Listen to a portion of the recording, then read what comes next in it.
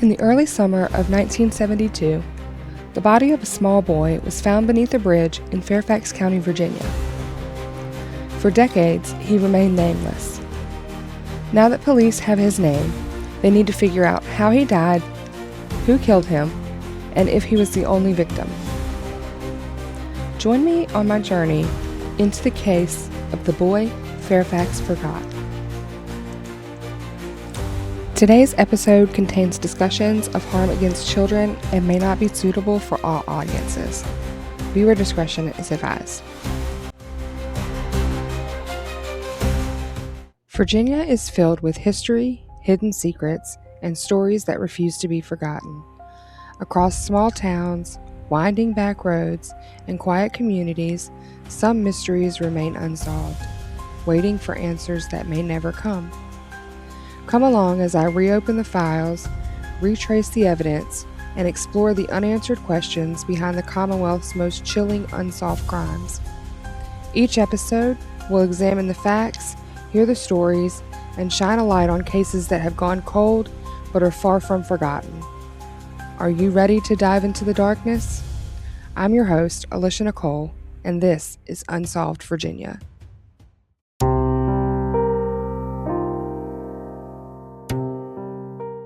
Fairfax County, Virginia in the early 1970s was a place caught between two worlds. Once defined by rolling farmland and quiet country roads, it was rapidly transforming into a sprawling suburb of the nation's capital. New neighborhoods seemed to appear overnight, their freshly paved streets lined with young maple trees, bicycles scattered across front yards, and station wagons parked in driveways. Families came here chasing opportunity, drawn by good schools, safe communities, and the promise of a peaceful life. It was the kind of place where children disappeared outdoors for hours at a time, where neighbors waved from their porches, and where the greatest worry was usually if you would make it home by dinner.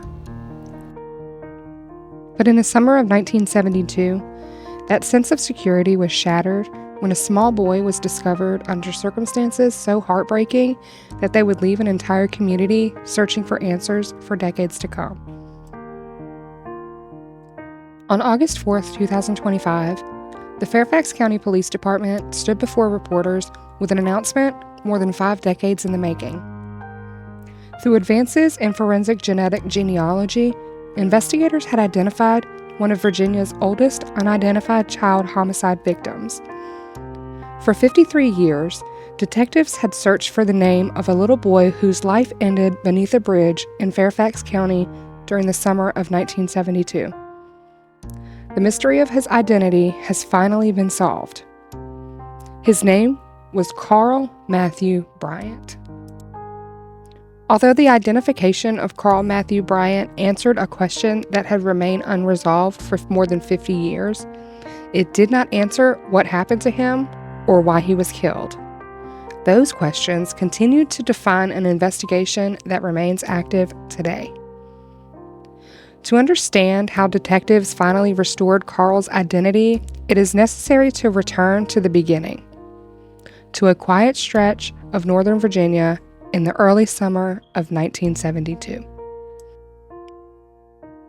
For the investigators who had inherited the case over the course of half a century, the announcement marked the resolution of one of the investigation's greatest mysteries. But it also revealed another. You see, Carl had not traveled to Virginia alone. According to Fairfax County Police, he had been accompanied by his infant brother James Bryant, whose whereabouts to this day remain unknown. At the time, Fairfax County was undergoing rapid change.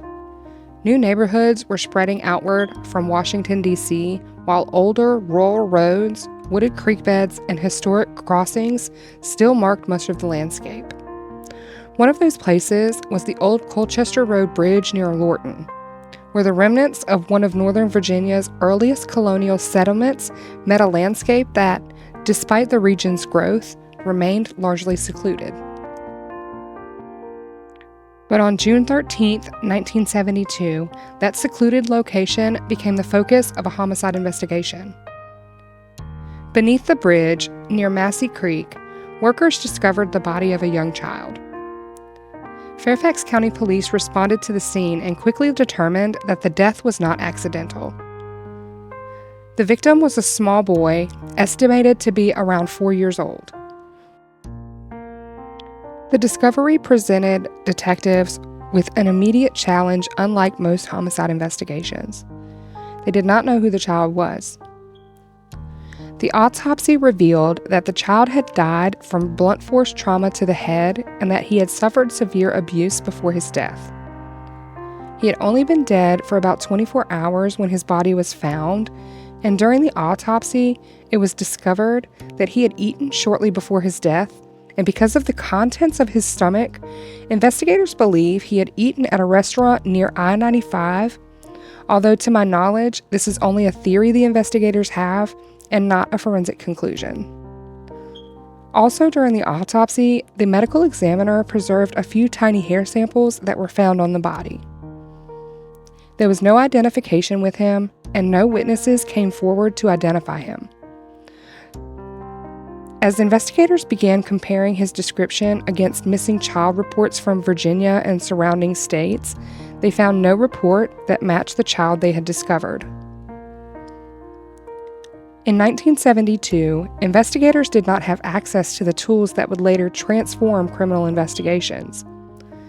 DNA profiling was still years away. Natural computerized databases for missing children did not exist. Information was typically shared through phone calls, written bulletins, paragraphs, and cooperation between individual law enforcement agencies. So every lead required time, coordination, and careful comparison of paper records. Detectives documented everything they could about the child. His estimated age, physical characteristics, clothing, and the evidence recovered at the scene were carefully recorded.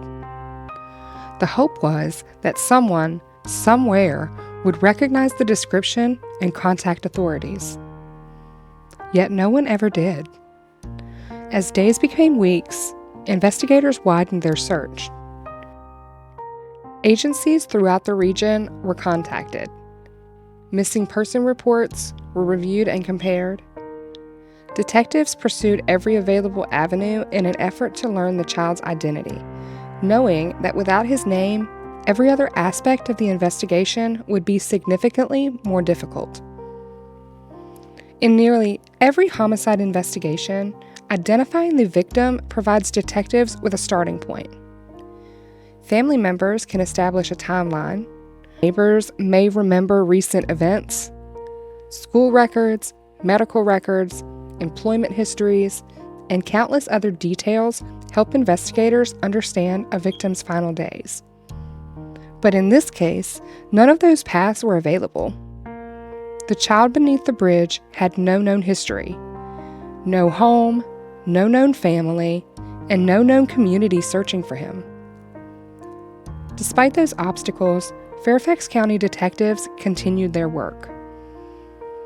Evidence was preserved with exceptional care, recognizing that future scientific advances might one day reveal the information that could not be obtained in 1972.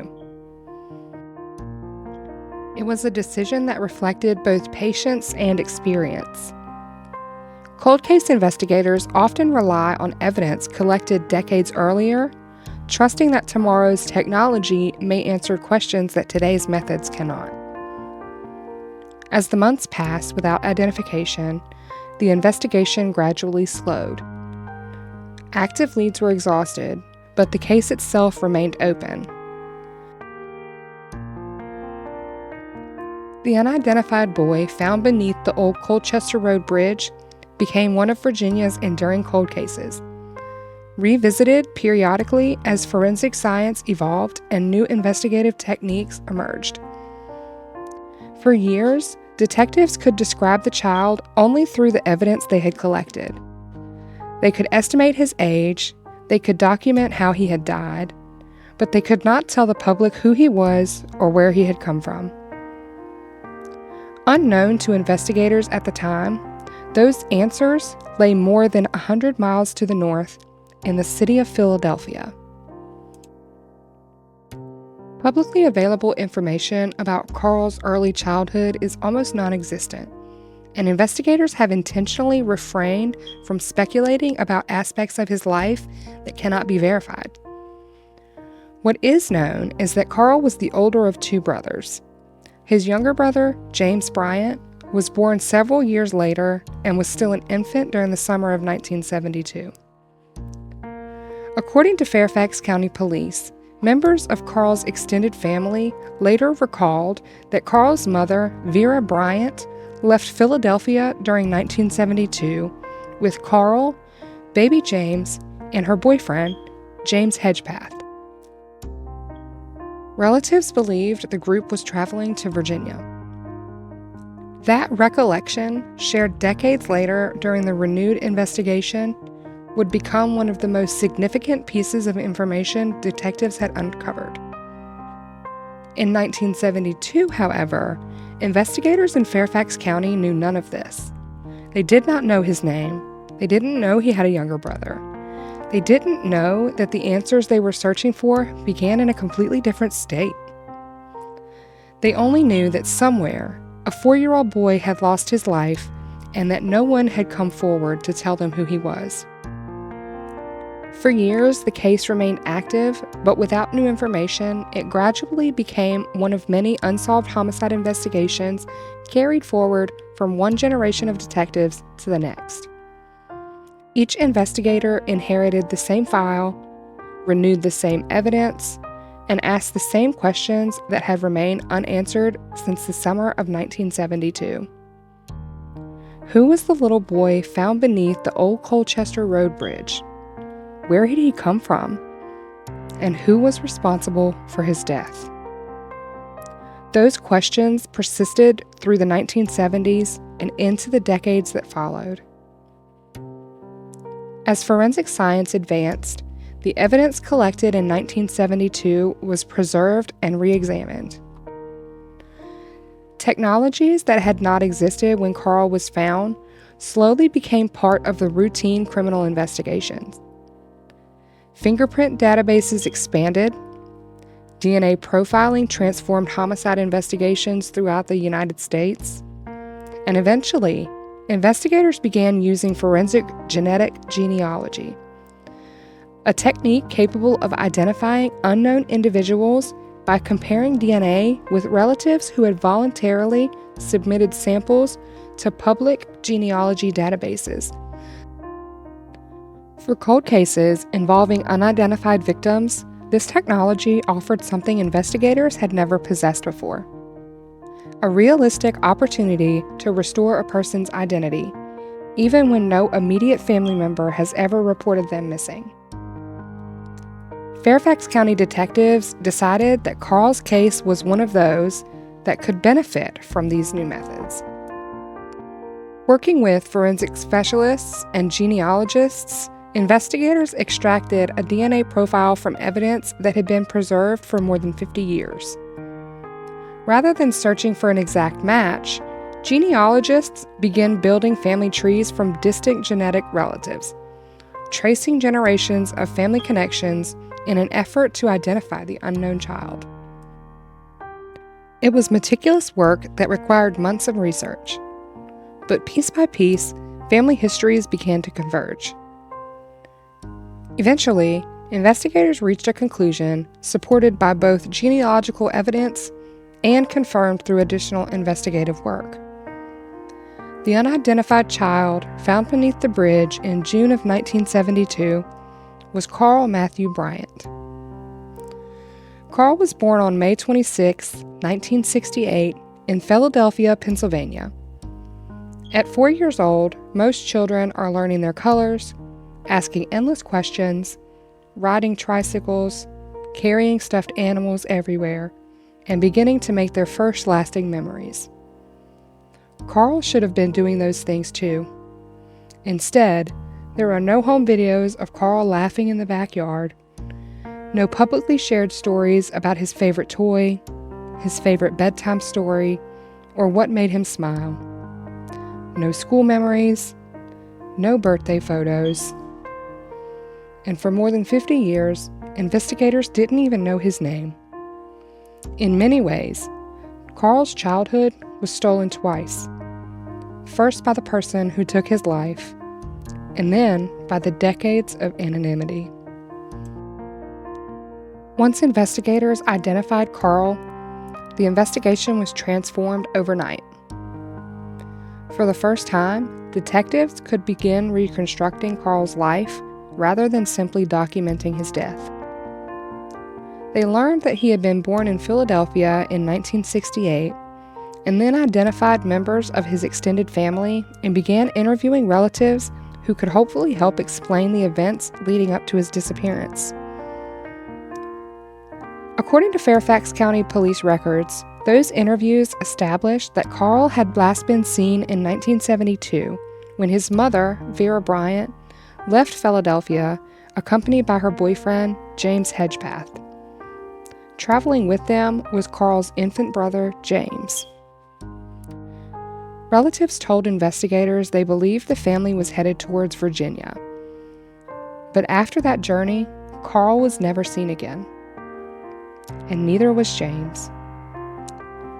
One of the most difficult discoveries made during the renewed investigation was that neither child had ever been reported missing to law enforcement. Investigators have not publicly explained why no missing persons reports were filed, and the historical records does not provide a definitive answer. As a result, any explanation I could give you would be speculative. What is known is that the absence of those reports significantly complicated the original investigation. In 1972, detectives searching for the identity of an unknown child relied heavily on comparisons with existing missing persons records. But because Carl had never been entered into those systems, there was no report connecting the murdered child in Virginia with a missing 4-year-old from Philadelphia. That missing link remained hidden for more than 5 decades. The renewed investigation also uncovered another tragedy. According to police, detectives now believe that Carl's younger brother, James, also became a victim during the same trip south. James was approximately 6 months old. Unlike Carl, his remains have never been located. Investigators have publicly stated that they believe James may have died during the journey from Philadelphia to Virginia, and that his remains could be somewhere along the route between Philadelphia and Middlesex County, where investigators determined the adults had connections. Instead of searching for one unidentified child, investigators were now searching for answers involving 2 brothers. The investigation also focused renewed attention on the adults believed to have been with Carl and James. According to Fairfax County Police, both Vera Bryant and James Hedgepath have since deceased. And because neither can be interviewed, detectives have relied on surviving relatives, historical records, forensic evidence, and witness recollections to reconstruct what happened during the summer of 1972. Many of the most important questions remain unanswered. Investigators have not publicly established when they left Philadelphia. They have not released a detailed timeline of the journey to Virginia, nor have they publicly explained precisely where investigators believe Carl was killed before his body was left beneath the old Colchester Road Bridge. Those details remain part of an active homicide investigation. Even so, restoring Carl's identity represented a profound milestone. More than 53 years, detectives had investigated the murder of a child whose name was unknown. Now, every report, every piece of evidence, and every investigative lead could finally be connected to a real person. A 4-year-old boy born in Philadelphia whose life ended far too soon in Northern Virginia. Once all of this was established, an entirely new avenue of investigation opened up. Investigators began interviewing relatives of both Bryant and Hedgepath and were able to learn that the pair did in fact make it to Middlesex County, but when they got there, they didn't have any children with them. They were also able to establish through criminal records that James Hedgepath had a criminal history, including murder, leading investigators to believe that he was involved in what happened to the boys. For Carl's surviving relatives, the identification provided an answer to a question that had lingered for generations. For investigators, it renewed their determination to solve the homicide itself. And for the public, it served as a reminder that advances in forensic science continue to bring answers to cases once believed impossible to solve. But Carl's story was never only about restoring a name. It was about understanding what happened during a journey that began in Philadelphia, ended in Virginia, and left two young brothers separated by more than 50 years of unanswered questions. The search for those answers continues today. Today, the investigation into Carl Matthew Bryant's homicide remains active. Although his identity has been restored, detectives continue to seek information that may explain the circumstances leading to his death and the disappearance of his younger brother. Time has changed the landscape of Northern Virginia, and many of the people who were alive in 1972 are no longer living. Even so, investigators believe that someone may still possess information capable of moving the case forward. Cold case investigations are often measured in decades rather than months. Evidence survives, records are preserved. Memories may fade, but they do not always disappear. A conversation overheard years ago, a family story that never seemed important, or a detail that once appeared insignificant can become meaningful when viewed in the context of newly discovered evidence.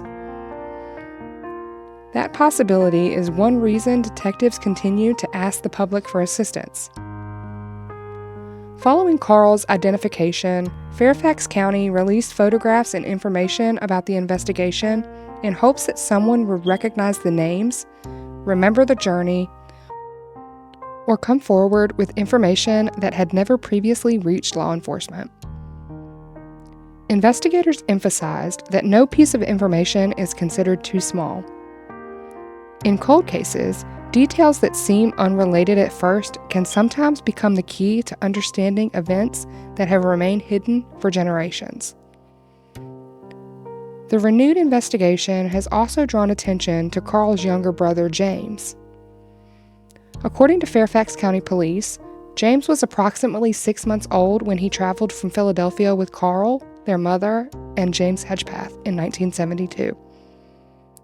Detectives have publicly stated that they believe James likely died during that same trip, although his remains have never been located. Because James has never been found, investigators continue to ask for information that could help determine where he may be.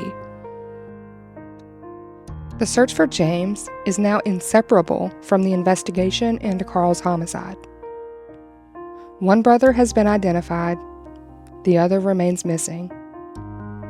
Two cases now move forward together.